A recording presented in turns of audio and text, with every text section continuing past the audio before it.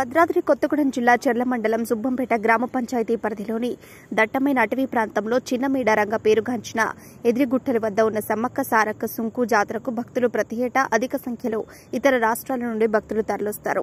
ఈ జాతర అత్యంత వైభవంగా జరుగుతుంది. ఈ జాతరలో భక్తులు సమ్మక్క సారలక్కను దర్శనం చేసుకుని వారి వారి మొక్కులను చెల్లించుకుంటారు. అనంతరం తిరిగి ప్రయాణమవుతారు. ఈ ప్రాంతానికి వచ్చిన భక్తులకు ఇక్కడ నీటి సౌకర్యం లేక అనేక ఇబ్బందులు పడుతున్నారు. అదీ కాక ఇక్కడ స్థానాల ఘట్టాలు లేక మహిళలు అనేక ఇబ్బందులు పడుతున్న భక్తులు వచ్చేడాది ఎదురుగుట్టల వద్ద పెద్ద జాతర జరుగుతుందని ప్రభుత్వం స్పందించి ఇక్కడ అన్ని వసతులు కల్పించాలని ప్రధాని పూజారి సమ్మయ్య అన్నారు.